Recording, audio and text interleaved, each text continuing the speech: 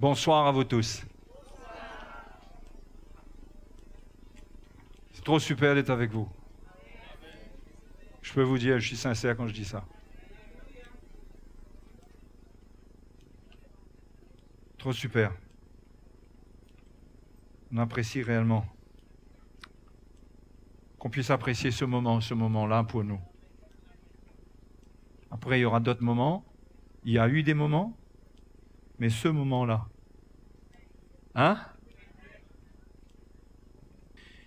Et je crois vraiment que le Seigneur veut révéler son évangile de plus en plus profondément dans nos cœurs.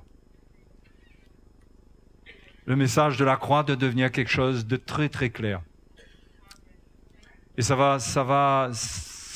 c'est clair, mais au fur et à mesure que ça devient plus clair, on dirait que c'était moins clair. Et on réalise que, là c'est clair. J'ai à cœur de vous partager certaines choses qui, je pense, vous seront bénéfiques à vous et à moi. Pendant que je partage, moi aussi j'apprends. Et la lumière du Seigneur m'éclaire.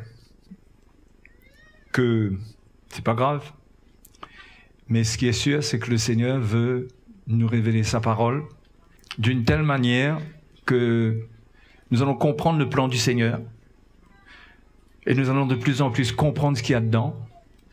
Et nous allons retirer tout le bénéfice qu'il y a dans le message de la croix pour nous. Tout ce qu'il y a dedans. Jérémie 13, 23. Le Seigneur dit ici quelque chose qui concerne tous les hommes, tous les croyants. Il a parlé au peuple de l'Ancienne Alliance, mais ça concerne tout le monde. Et même à nous, sous la Nouvelle Alliance. Il dit, un Éthiopien peut-il changer sa peau? Et un léopard, ses taches. De même, pourriez-vous faire le bien, vous qui êtes accoutumés au mal? Ce qui veut dire que l'homme est prisonnier de sa condition de péché. Il ne peut pas s'en sortir. Et nous les chrétiens, nous aussi, même qu'on est chrétiens, mais on ne peut pas nous changer nous-mêmes. On est dans une meilleure condition, on est des enfants de Dieu, on a été justifiés, on a la paix avec Dieu. Mais le changement qui doit se faire dans nos vies ne peut pas se faire par notre propre force. Hein? Et pourtant, combien de tendances on a d'essayer? D'essayer. On a le réflexe d'essayer. Et il suffit d'un petit peu de loi pour nous inciter à essayer. Hein? Mais vous qui êtes accoutumés au mal, comment pourriez-vous faire le bien, dit le Seigneur? Et ce combat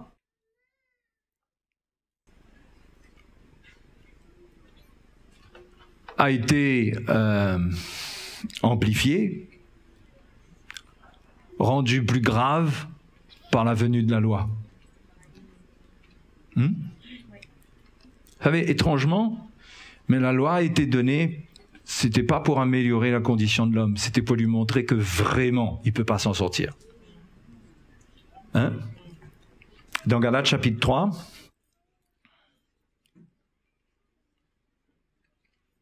on va faire des petites lectures tranquilles.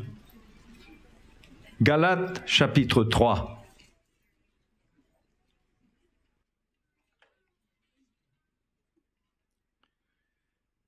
Paul dit,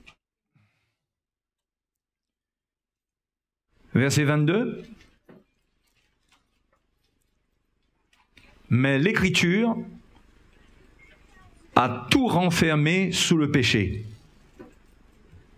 afin que ce qui avait été promis soit donné par la foi en Jésus-Christ à ceux qui croient. Avant que la foi vienne, c'est-à-dire sous la Nouvelle Alliance, nous étions enfermés sous la garde de la loi en vue de la foi qui devait être révélée.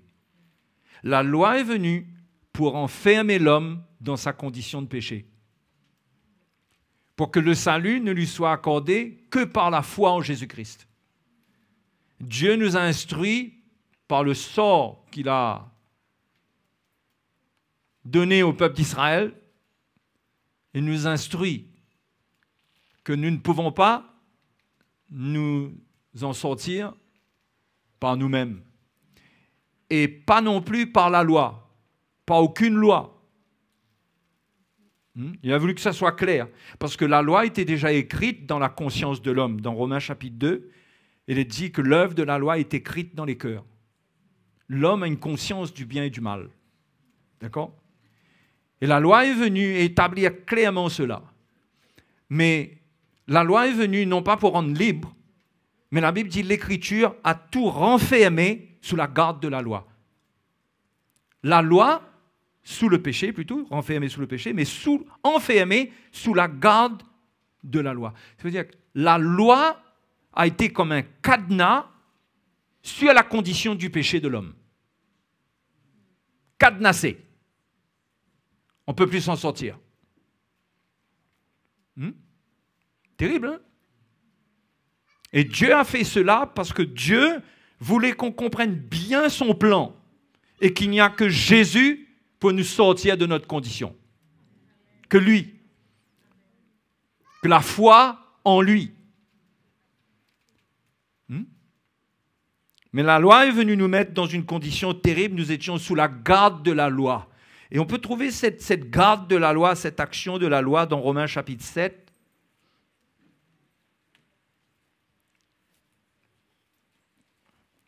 Au verset 14, Paul dit, Romains chapitre 7, verset 14, « Nous savons en effet que la loi est spirituelle, mais moi je suis charnel, vendu au péché. Car je ne sais pas ce que je fais. » Voilà la condition que produit la loi. Je ne fais point ce que je fais, ce que je veux, et je fais ce que je hais. C'est-à-dire que c'est la condition du péché dans l'homme qui fait que quand la loi vient, l'homme est prisonnier de la loi l'instruit concernant la volonté de Dieu, mais du fait que la loi est un cadenas sur sa condition du péché, ça ne le permet pas de bouger de sa condition de péché à quelqu'un qui devient libre. Et c'était quelque chose de terrible parce qu'ils entendaient la loi, mais ils restaient prisonniers du péché. Au point que Paul dit, je ne fais point ce que je veux. C'est-à-dire, j'entends la loi, je veux faire, je veux répondre, mais je n'y arrive pas. Et je fais ce que je hais. Or, si je fais ce que je ne veux pas, je reconnais par là que la loi est bonne. Et maintenant, ce n'est plus moi qui le fais, mais c'est le péché qui habite en moi. Le péché, parce que le péché a une emprise quand il y a la loi cadenasse la condition du péché, n'amène aucune liberté. Donc plus on entend la loi, plus on ressent qu'on est prisonnier du péché, on s'en sort pas. Et le péché se manifeste. Ce qui est bon, je le sais, n'habite pas en moi, c'est-à-dire dans ma chair. J'ai la volonté, mais non le pouvoir de faire le bien. J'ai la volonté. Parce que j'entends la loi est juste, la loi est spirituelle, la loi est sainte. Donc ça produit un désir quelque part, mais je n'ai pas le pouvoir. Quand je ne fais pas le bien que je veux, et je fais le mal que je ne veux pas. Et si je fais ce que je ne veux pas, ce n'est plus moi qui le fais, c'est le péché qui habite en moi. Je trouve donc en moi cette loi. Quand je veux faire le bien, le mal est attaché à moi, car je prends plaisir à la loi de Dieu. Mais cette loi à laquelle je prends plaisir, elle n'a pas le pouvoir de me rendre libre. Donc je prends plaisir en elle, mais elle m'emmène dans un combat terrible. Parce que je ne peux même pas satisfaire le désir de mon cœur. Ce que je veux, j'y arrive pas. Et Paul partage ce combat, hein, et il montre que la loi n'amène pas de solution. En fait, il vient confirmer ce qu'il a dit aux Galates, c'est que l'Écriture a tout renfermé sous le péché.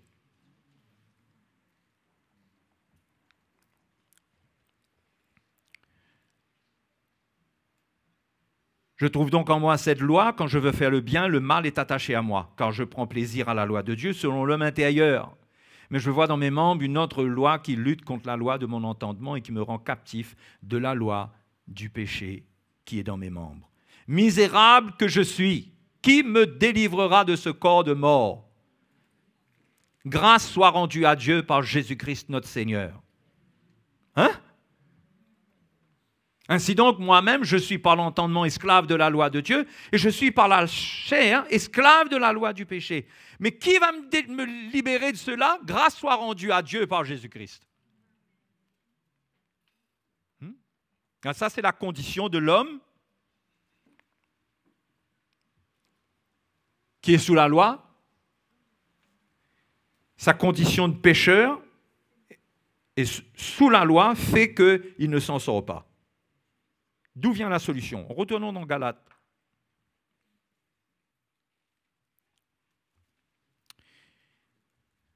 Galates, chapitre 4, verset 4. Mais lorsque les temps ont été accomplis, Dieu a envoyé son Fils, né d'une femme, né sous la loi, afin qu'il rachète ceux qui étaient sous la loi, afin que nous recevions l'adoption. La solution, c'était que Jésus vienne sous la loi et il vienne nous délivrer de cette condition de la loi et du péché. Il est né sous la loi, il a porté tout ce qui représente la loi, il a été circoncis, il est devenu l'homme qui était vraiment sous la loi et il est allé à la croix, il a cloué cette loi, et il nous a délivrés de cette loi, il nous a rachetés de la malédiction de cette loi pour que nous devenions libres d'elle. C'est pourquoi dans Romains chapitre 8, verset 1er, il est dit, il n'y a maintenant aucune condamnation pour ceux qui sont en Jésus-Christ. Parce que Jésus nous a retirés de cette condition où on était prisonnier du péché sous la garde de la loi. La loi n'est plus là, la loi ne peut plus nous garder, mais maintenant c'est Jésus qui veille sur nous, c'est Jésus qui nous libère. Alléluia. Quel bonheur. Hein? Afin qu'il rachète ceux qui étaient sous la loi, afin que nous recevions l'adoption. Et parce que vous êtes fils, Dieu a envoyé dans nos cœurs l'esprit de son Fils, lequel crie « Abba, Père ». Donc le Seigneur nous a rendus libres de la loi, bien que nous n'étions pas juifs, n'étions pas sous la loi. Mais quelque part, nous avions l'empreinte de la loi quelque part dans notre conscience, la religion, ou même notre passé chrétien. D'accord? Donc nous étions sous cette influence. Mais le Seigneur veut nous révéler l'évangile de liberté. Et quand le Seigneur nous rend libres de la loi, ce n'est pas pour qu'il n'y ait plus de loi. Il nous rend libres de la loi de l'Ancien Testament, la loi de Christ, la loi parfaite de liberté. Parce qu'on ne peut pas être sans loi. Peut-être que c'est nouveau pour vous, mais on ne peut pas être sans loi. Mais c'est contradictoire, mais la loi sous laquelle nous sommes maintenant est une loi de liberté. C'est la loi de liberté. Le Seigneur ne pouvait pas nous rendre libres de la loi et nous renvoyer comme ça sans loi. Parce que c'est avec sa loi que Dieu gouverne toutes choses. C'est avec ses lois que Dieu gouverne toutes choses. Non? Le monde serait un chaos sans loi. Le monde chrétien serait un chaos sans loi. Les chrétiens qui entendent le message de la croix et qu'ils pensent, bien que ce soit vrai d'un sens, qu'ils sont libres et qu'ils peuvent faire ce qu'ils veulent. Mais ils ne peuvent pas croire que Dieu les appelle à sortir de la loi de Moïse, d'une loi d'obligation et d'interdiction, pour vivre une loi où ils veulent faire, où ils vont faire ce qu'ils veulent. C'est vrai, mais ils vont en payer les conséquences. Nous sortons de la loi de l'Ancien Testament, où l'homme était sous la garde de cette loi dans sa condition de péché, pour nous convertir à Jésus-Christ et entrer sous la loi de Christ. Et la loi de Christ, c'est une loi de liberté. C'est la loi parfaite. Parce que c'est la loi qui rend libre, mais c'est quand même une loi. Bizarre, non? Mais on est libre, mais c'est une loi. Et ce qu'on vient de lire ici, l'Esprit de Dieu qui vient a quelque chose à faire dans cette liberté. Dans cette loi de Christ. Je pose un petit peu les fondations de ce que je vais vous partager là. Peut-être que vous vous dites où est-ce qu'il va aller là, mais...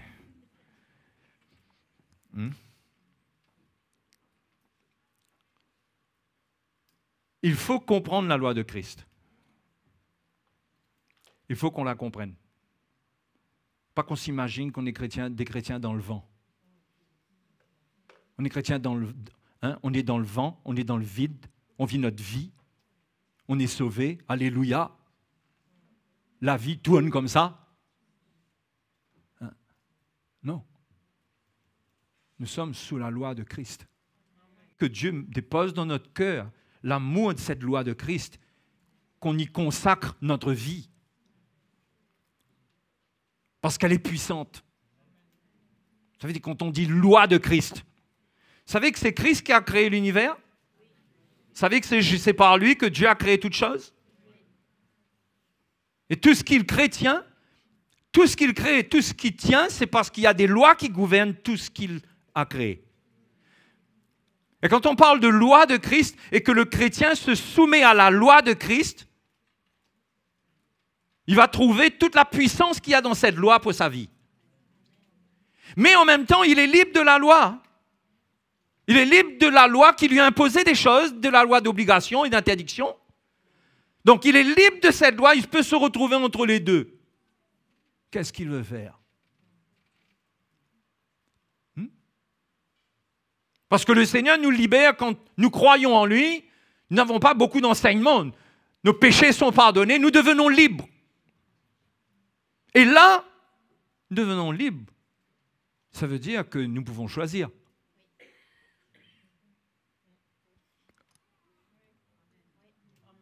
Libre, ça veut dire que tu es responsable, non? Quand on est libre, on est responsable de nos choix dans la liberté. Ça veut dire maintenant, qu'est-ce que tu veux?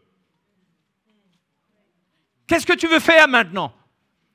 C'est comme ça qu'on est né de nouveau. On aime le Seigneur, on a donné notre vie à Jésus, on a la joie, on est en paix avec Dieu, mais à partir de là, qu'est-ce qu'on veut faire? C'est là que le Seigneur, ici, nous appelle à le suivre, à ne pas rester là où j'habite, entre deux. Où j'habite dans un village, j'appelle entre deux.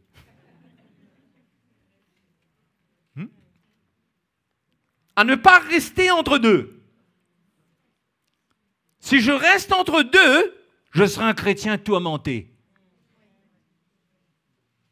J'ai besoin, quand je sors de là, que je suis libéré, j'ai besoin de venir là-bas clairement. Amen. Clairement. Je ne peux pas faire semblant.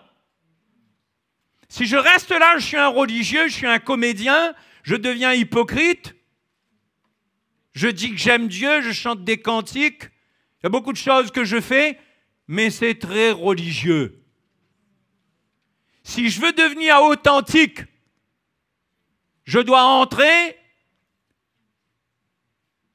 en Christ en obéissant à la loi de Christ. Donc j'ai besoin d'une révélation de la loi de Christ. Pour que Quand je passe là-bas, je sais ce que je suis en train de faire, je sais comment le faire, et ça me donne la foi parce que si je suis sous la loi de Christ, je verrai tout ce que Dieu a promis en Christ s'accomplir, parce que ça s'accomplira par sa loi. Est-ce que c'est clair là? Je ne peux pas rester entre les deux. Un chrétien charnel, vous savez c'est quoi? Je pourrais vous donner une définition d'un chrétien charnel, ce que c'est. C'est un chrétien qui est sorti de là, mais qui n'est pas allé là-bas. C'est un chrétien charnel. C'est le chrétien qui est sorti de la loi d'obligation, qui a dit alléluia, je ne suis plus obligé, on ne m'interdit plus, mais il ne va pas là-bas. Vous avez compris là-bas, c'est quoi? C'est la loi de Christ. Ici, c'est la loi de Christ, ici. Ici, c'est la loi de Moïse, c'est la loi des obligations, c'est la religion, c'est l'esprit légaliste. Entre les deux, il y a la croix. Entre les deux, il y a la croix. On vient là, on est converti au Seigneur, le Seigneur nous sauve, nous naissons de nouveau. Ensuite, quand nous prenons notre baptême, nous voulons indiquer par là que nous voulons aller de l'autre côté. Hein? Quand nous prenons notre baptême, c'est pas nous prenons notre baptême pour être sauvés, nous sommes sauvés. Mais nous prenons notre baptême, finalement, si la croix est entre les deux, le baptême aussi se trouve là. Le baptême, on plonge dedans pour passer de l'autre côté. Mais il y en a qui plongent dedans et qui retournent un petit peu par là, comme ça, là.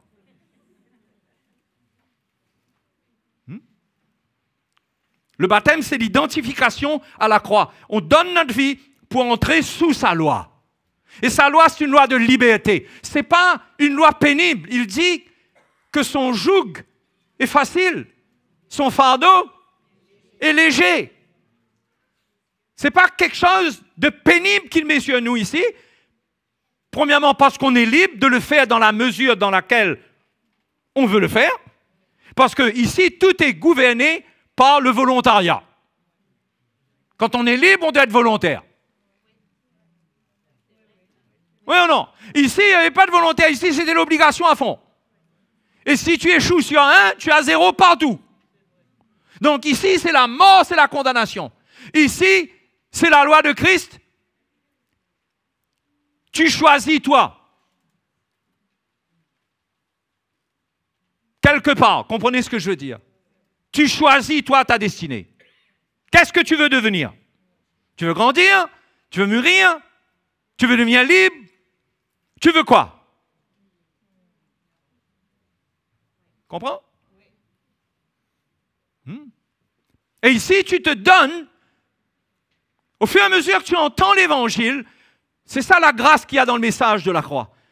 Ça nous challenge, ça nous défie, mais en même temps, ça suscite en nous la foi pour qu'on se donne davantage pour être sous la loi de Christ, pour bénéficier de tout ce qu'il y a du plan de Dieu pour nos vies. Mais il faut vouloir venir ici. Sinon, on reste là avec notre baptême, on reste sur le bord de notre piscine, là, et on est religieux. On est religieux. Il nous manque de l'esprit. Il nous manque de la vie de l'esprit. Nous sommes morts. Là, nous mourrons. Tout doucement, nous mourrons.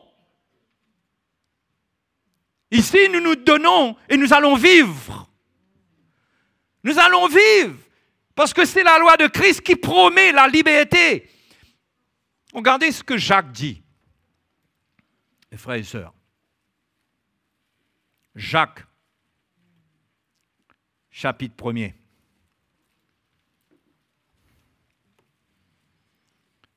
Verset 25.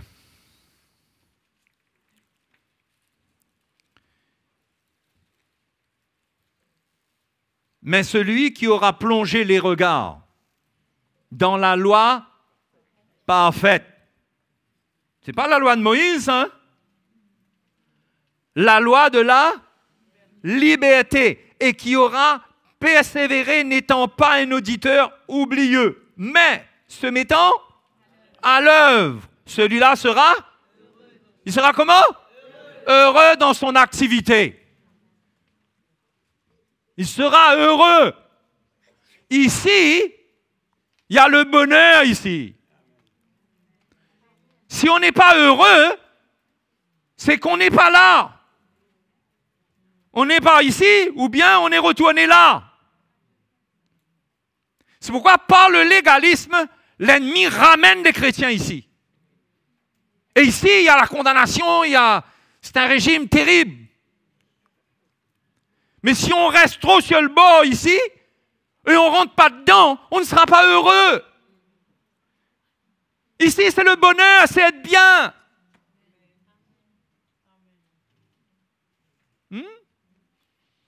Et on ne fait pas ça à moitié. C'est donnant. Hein? Quand on échange de l'argent, on ne donne pas un morceau de billet, on garde un morceau de billet. Pour nous, ça n'a pas de valeur, non? On donne bien, on donne, on reçoit. Ce qu'on donne n'est plus dans notre main, il n'y a plus un morceau avec nous. On se donne entièrement, on se donne pleinement. Et Jacques dit, celui-là, s'il persévère, premièrement, ça commence par le fait de plonger les regards dans la loi de la liberté. Ça parle de révélation, vous êtes d'accord? Ça parle de révélation, on a besoin de révélation de la loi de la liberté. C'est quoi cette loi de liberté? C'est quoi? Ça ne doit pas être un mystère pour nous.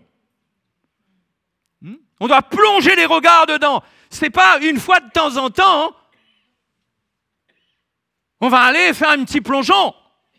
On plonge, on persévère. On reçoit, on écoute.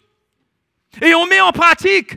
Et plus on fait cela, plus on va ressentir de l'esprit quelque chose. Quelque chose. Ce n'est pas automatique du jour au lendemain. Il faut travailler à son salut. On travaille, on cultive, on plante, on sème. Et il y a un moment où on moissonne. Hein? C'est pourquoi le verset 22 dit « Mettez en pratique la parole et ne vous bornez pas à l'écouter, en vous trompant vous-même par de faux raisonnements. » Hein? Vous savez, devant l'évangile de Christ, combien de faux raisonnements sont en nous?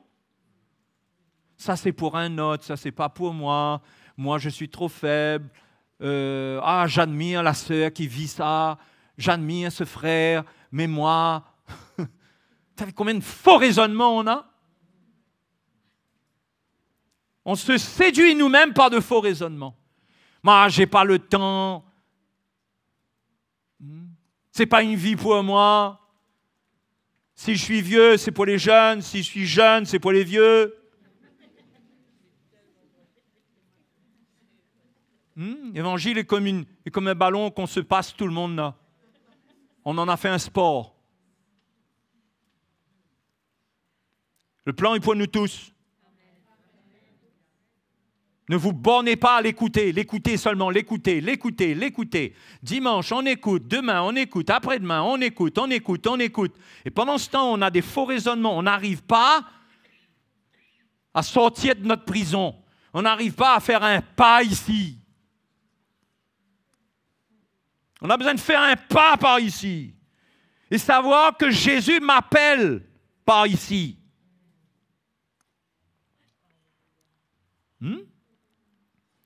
Car si quelqu'un écoute la parole et ne la met pas en pratique, il est semblable à un homme qui regarde dans un miroir son visage naturel et qui, après s'être regardé, s'en va et oublie aussitôt comment il était. Combien de fois on écoute l'Évangile et on oublie ce que le Seigneur nous dit? On est convaincu sur le coup, on voit quelque chose, mais on n'arrive pas à rester avec. On part, on se dit, c'était quoi encore? On est convaincu d'un appel de Dieu, on est convaincu, on voit l'appel dans le Seigneur, on ressent le Seigneur nous parler, on sent l'appel de la croix, on sent quelque chose que le Seigneur nous démontre, que c'est pour nous. Et au lieu d'y répondre, On est distrait. Et il nous arrive ce qui est écrit dans la parabole du semeur. La petite semence qui est tombée, les oiseaux viennent manger cela. Ou bien ça tombe là où il ne faut pas, où les soucis de la vie, les soucis du monde, les soucis du siècle,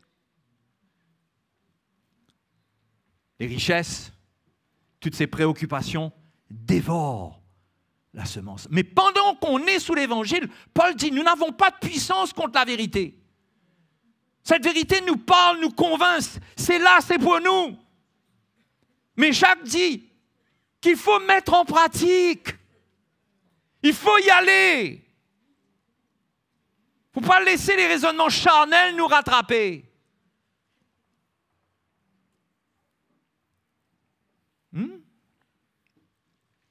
Je ne parle pas de ne pas oublier intellectuellement. Je ne parle pas de se rappeler absolument tout ce qui a été dit dans une prédication. Je parle de ce que le message fait à notre cœur. Où ça nous a interpellés. À quelle repentance ça nous a appelés. Qu'est-ce que ça nous a mis à cœur de faire de notre vie?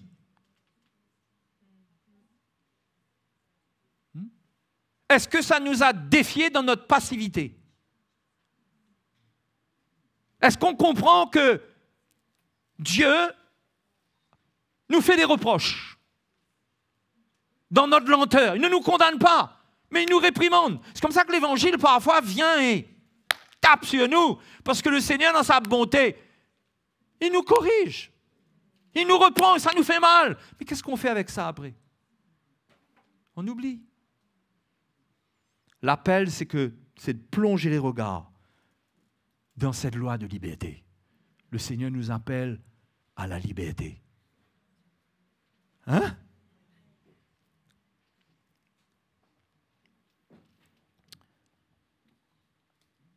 Au chapitre 2, Jacques dit, verset 12, « Parlez et agissez comme devant être jugés par une loi de liberté. » Ça veut dire quoi? Ça veut dire que vous êtes libre de parler et d'agir comme vous voulez. Non? À la base, vous êtes libre. Mais à partir du moment où vous êtes libre, faites le choix. Agissez comme devant être jugés par une loi de liberté. C'est-à-dire, Dieu vous rend responsable. Vous êtes libre. Faites les bons choix dans la liberté.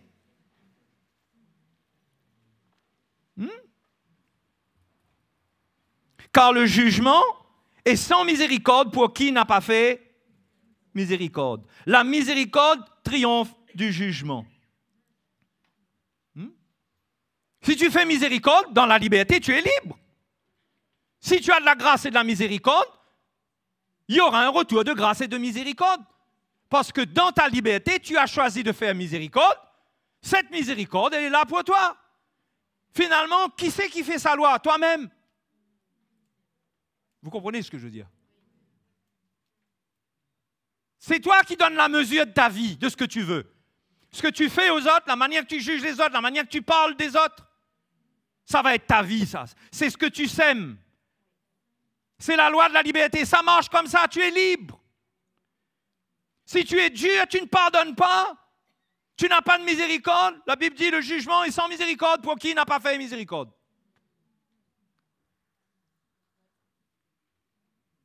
C'est là, non? On lit bien le Nouveau Testament, là. C'est la loi de la liberté.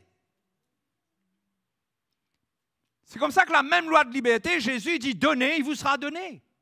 Au fait, il parle même de miséricorde quand il dit cela. Il dit « Absolvez et vous serez absous. Pardonnez et vous serez pardonnés. Donnez et il vous sera donné. Une bonne mesure serrée, secouée et qui déborde.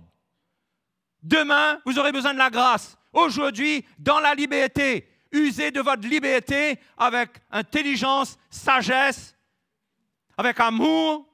Faites grâce, prenez soin, faites du bien, parce que sur votre chemin, vous aurez besoin de ce que vous êtes en train de faire à votre prochain, de ce que vous aviez fait à votre prochain hier. Et Dieu est un Dieu de justice. Et la Bible dit, on ne se moque pas de Dieu.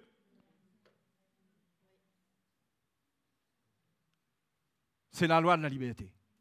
Une loi de liberté, s'il y a le mot liberté dedans, ça veut dire qu'on choisit, non? On est libre, ça veut dire qu'on choisit. Et c'est extraordinaire parce que le Seigneur, dans la liberté, nous a donné le Saint-Esprit. Pour que l'Esprit de Dieu nous accompagne, pour nous inspirer les bons choix, pas nous les imposer. Comprenez le ministère de l'Esprit? Le ministère du Saint-Esprit dans notre vie ne nous impose pas, mais nous parle, nous suggère ce qui est bon pour nous. Il ne nous interdit pas, mais il nous fait ressentir que c'est pas bon pour toi, ça. Il ne va pas te pousser à aller faire quelque chose de bien, mais il va ouvrir tes yeux et te faire ressentir. Il y a un besoin. Qu'est-ce que tu veux faire? C'est pourquoi ce genre de choses-là, plus on plonge les regards dans la loi de la liberté, plus on a la foi que finalement on est libre, mais on a besoin d'obéir à l'Esprit de Dieu, de faire ce qu'il nous demande, et en le faisant, nous semons notre vie et nous allons moissonner de nos semences la vie éternelle, la vie de l'Esprit. Alléluia. C'est pourquoi en tant que chrétien, on peut choisir pendant toute notre vie d'être charnel. Et ça ne veut pas dire qu'on n'ira pas au ciel. Hein? Mais il y a quand même un danger dedans. Hein?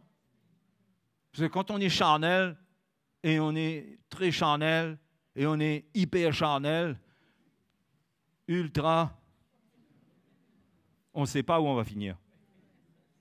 On ne sait pas où on va finir. Je n'ai pas envie de faire une grande doctrine là-dessus, mais on ne sait pas où on va finir.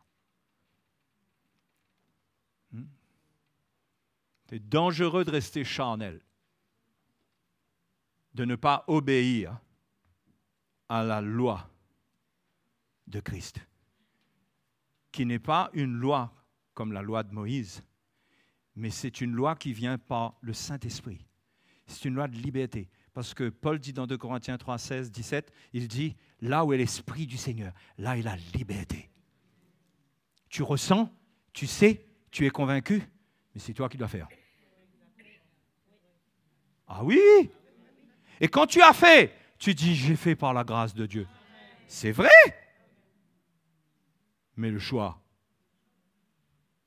tu peux dire non. Et quand tu dis non, et non, et non, et renon, mais tu restes la même, tu ne grandis pas, tu es un chrétien charnel, tu auras de quoi te plaindre de toi-même, de ta vie, des autres, de l'Église, du gouvernement, de tout le monde. Parce que là, il n'y a pas de satisfaction. Et quand l'homme n'est pas satisfait, il faut qu'il trouve qui est l'auteur de son manque et de son absence de satisfaction. Et là, on est obligé de causer, penser, méditer, téléphoner, parler, converser. Et on est dans la chair. Et vous savez ce qui se passe? Notre cœur s'endurcit. S'endurcit. S'endurcit.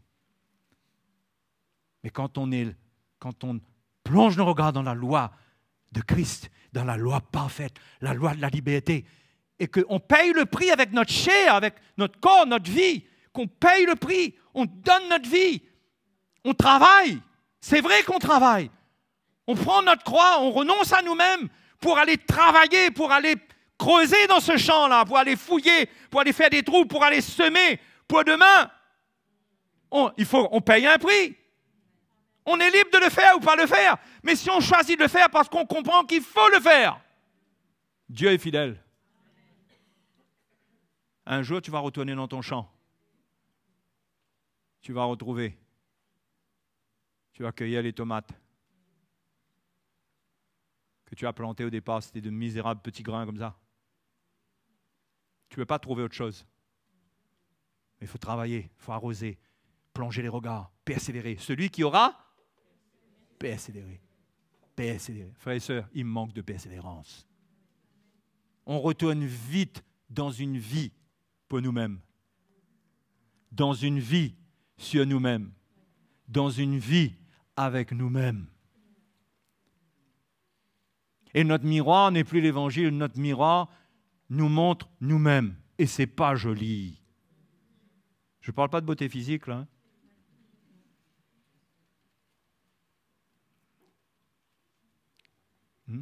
tout l'égoïsme, cette vie triste. Il n'y a pas de paix. On a connu le Seigneur, on avait cette paix, on avait cette joie, on a connu cet amour. Mais Seigneur, mais où s'est passé tout ça? Tu n'as pas obéi à la loi de Christ. Le Seigneur t'a appelé ici. Tu es resté là-bas. Tu n'as pas voulu payer le prix. Tu t'es dit, par la grâce, ça va venir. Par la grâce, ça viendra un jour. Comme si la grâce faisait tout automatiquement.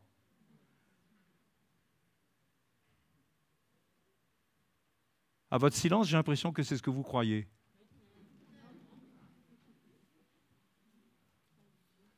Vous savez, le miracle de la grâce, premièrement, la Bible dit la grâce nous enseigne à renoncer. La grâce ne nous fait pas de nous des gens qui renoncent. Quand tu renonces, c'est toi qui renonces. Jésus a dit que si on veut le suivre, il faut qu'on prenne notre croix. Ce n'est pas le Seigneur qui met la croix sur notre épaule, puis on dit, ah, la grâce du Seigneur, je prends ma croix. Ah, ouais, c'est là, ça tient, je prends ma croix. Non, mon frère, ta croix, tu la prends. Elle est plus ou moins lourde, elle te coche l'épaule, mais c'est toi qui la prends. Tu choisis de la prendre ou de ne pas la prendre. Le choix vient de toi. Mais quand tu la prends, l'Esprit de Dieu vient avec toi. L'Esprit de Dieu te réconforte. L'Esprit de Dieu t'encourage. Le Consolateur est là. Vous savez, le Saint-Esprit, il est là avec nous sur le chemin de la croix. C'est ça, si je peux parler de contrat entre Jésus et l'Esprit de Dieu. C'est que là où la croix va se trouver, là où il y aura la loi de Christ, l'Esprit de Dieu sera là. C'est pourquoi quand il n'y a plus le message de la croix et qu'on parle du Saint-Esprit, c'est dangereux. On se demande ce qui se passe. Quand les gens disent que l'onction était là, parfois il y a plein de choses émotionnelles, charnelles qui se passent. Le Saint-Esprit accompagne le message de la croix, accompagne ceux qui prennent leur croix. Il est avec nous pour nous réconforter parce que dans ce chemin, nous serons persécutés. Notre chair même va s'opposer à nous. Mais l'Esprit de Dieu sera là pour nous encourager. Nous allons être à l'église, nous allons entendre une prophétie pour nous exhorter, pour nous relever. Nous allons entendre l'évangile, ça va nous éclairer. L'Esprit de Dieu va diriger. Le doigt de Dieu vers nous va nous montrer la lumière divine. On ne va plus être seulement des auditeurs qui entendent comme ça. Mais quand on est dans ce chemin, le Seigneur a toujours sa manière de nous encourager. Ce n'est pas automatique, ça. Celui qui est charnel, là, il peut être là, mais si vous êtes décidé de rester charnel, à ne pas venir sous la loi de Christ, vous pouvez entendre pendant 10 ans l'Évangile et dire Amen, mais vous ne faites pas un progrès comme ça. C'est votre réponse avec votre vie, votre identification à la croix pour donner votre vie, obéir à la loi de Christ. C'est ça qui va porter du fruit et qui va vous rendre heureux. Et frères et sœurs, on veut être heureux. On ne veut pas avoir de témoignages de chrétiens qui ont une croix qui les fait tellement souffrir. On dirait qu'il faut souffrir. Il faut souffrir et souffrir et souffrir. Mais mes frères et mes sœurs, la Bible dit, même si vous êtes outragés pour le nom de Christ, vous êtes heureux parce que l'Esprit de gloire repose sur vous. L'Esprit de gloire repose sur vous. La vie chrétienne, c'est un prix qu'on paye, mais l'Esprit de Dieu nous rend heureux. Et on n'a pas d'autre choix que de bien prendre cette croix parce qu'on n'aura aucun bonheur avec elle à l'intérieur de nous si notre identification n'est pas comme il faut. On va se plaindre de cette croix-là, elle va trop nous écorcher et nous abîmer l'épaule. On va finir par la lâcher par terre, on va dire « ça fait mal ». Oh, c'est fait pour nous tous. Hein? Oui ou non? On doit obéir à la loi de Christ. Qu'on puisse partager ces choses pour être encouragé, pour glorifier Jésus, pour qu'il entende de nous, oui Seigneur, on veut Seigneur, on veut, je veux ça, je veux retrouver mon premier amour, je veux retrouver la paix que j'ai perdue, je suis mal, je suis dans un mal-être, je ne suis pas bien, je suis tout le temps triste. Vous savez, sans cette croix et sans le fruit de l'esprit, vous pouvez devenir dépressif. Dépressif.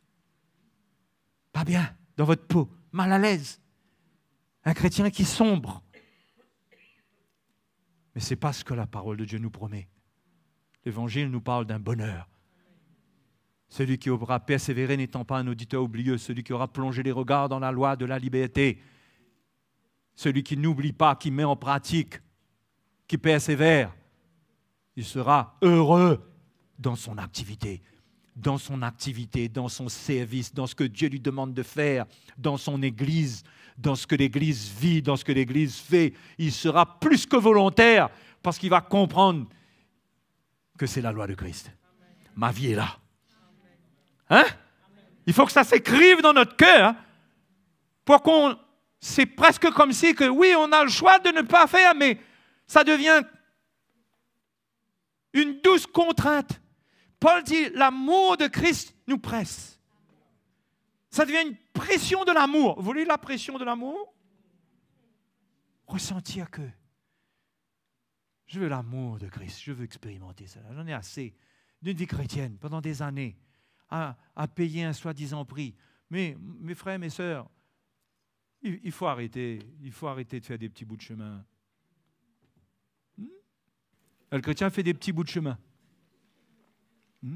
Il passe par un moment difficile et tout. Le Seigneur l'encourage, on lui parle. Ah, ok, ouais, je suis là, je vais servir le Seigneur. Ouais, allez, un petit bout de chemin. Un petit bout de chemin.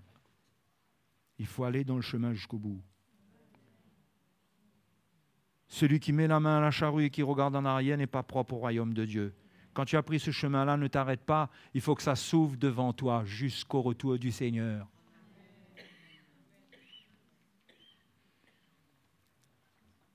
Et la lumière du juste qui brille sur le chemin du juste est comme l'éclat du soleil. Le livre des Proverbes dit qu'il resplendit jusqu'au milieu du jour. Et plus l'éclat va croissant. Frère et sœurs, c'est vrai ça. Mais ce n'est pas de l'automatisme. Ce n'est pas faire un petit bout de chemin là, après arrêter, ensuite on va refaire un autre petit bout de chemin dans 2 mois. On reçoit une petite visite, quelqu'un nous encourage. Ben ok. Ben oui ma soeur, ben moi je veux servir le Seigneur. On refait un petit bout de chemin. Frères et sœurs, il faut arrêter de faire des petits bouts de chemin.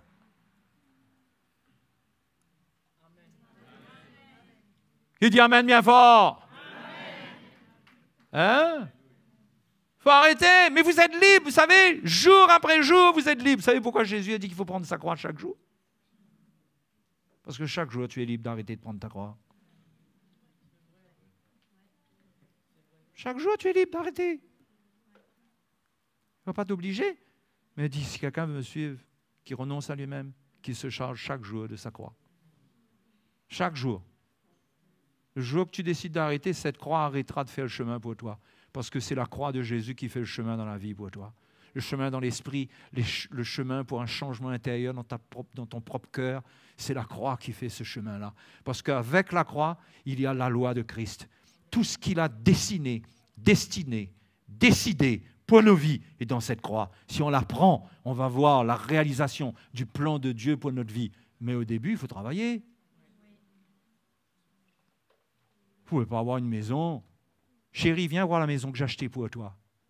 La vie chrétienne, c'est pas comme ça, hein? La vie chrétienne, c'est chérie. On regarde le terrain là. Le terrain est là. On regarde le plan. Mais il faut qu'on construise tous les deux. La vie chrétienne, c'est construire, c'est travailler, être patient. Et pendant qu'on travaille, ça creuse en nous, ça confronte notre chair, ça expose notre vieil homme, ça expose ce qui n'est pas joli dans notre vie. On s'en repent. Ça nous amène à offenser les gens qui nous pardonnent. Nous aussi, on pardonne. Ça travaille en nous. Et la construction, elle est intérieure. Et on avance, et on grandit, on est changé à l'image de Jésus. Et quand on est changé de gloire en gloire à l'image de Jésus, quand Jésus vit en nous, Jésus, le Jésus qui vit au ciel, il ne sait pas ce que c'est que la tristesse. Il ne va pas voir le Père un jour pour dire « Je suis triste, je suis déprimé ». C'est le Dieu bienheureux. c'est le Dieu bienheureux. Alléluia. On va prier dès maintenant. Dis Seigneur, montre-moi. Oui Seigneur. Qui est intéressé? Hein? Vous ne pouvez pas vous changer vous-même, vous avez besoin de ça. Si vous n'entrez pas là-dedans, là, vous allez essayer de lutter contre le péché, résister à la tentation. Les jeunes vont essayer de ne pas vivre pour le monde, d'essayer d'être dans l'église, de faire ce qu'il faut, de ne pas regarder ce qu'il ne faut pas regarder. On va toujours être dans des combats d'essayer. On a besoin d'aller là-bas. Et là, il n'y a pas de condamnation, il y a des faiblesses, il y a des choses. Mais là, on se donne, on travaille là. Et là, on est changé et les bouts de notre chair volent de l'autre côté. Ça vous intéresse? Quand on regarde là-bas, ils sont là-bas. Ils volent de l'autre côté. Ce n'est pas une blague, les frères et sœurs. Après, on peut être vrai, on peut être bien, on peut être vrai. On est ce qu'on est, on n'est pas hypocrite, on n'est pas religieux, on ne fait pas de belle figure devant tout le monde. Ça va? Oui, ça va. On passe notre temps à dire ça va, ça va, ça va, ça va, ça va. Au fond de nous, on est vide. Si on cassait la coquille de notre œuf, il n'y aurait ni jaune ni blanc dedans. Il est temps d'avoir un vrai visage et de dire Seigneur, ma vie est triste, je suis sec, je suis presque mort. S'il te plaît, Seigneur, fais quelque chose avec moi, Seigneur. Seigneur, viens à mon secours. Viens à mon secours. Vous êtes prêts à invoquer le nom de Jésus? Vous savez ce que ça veut dire que d'invoquer, vous? L'invoquer. Allons nous mettre debout, allons invoquer le Seigneur ce soir.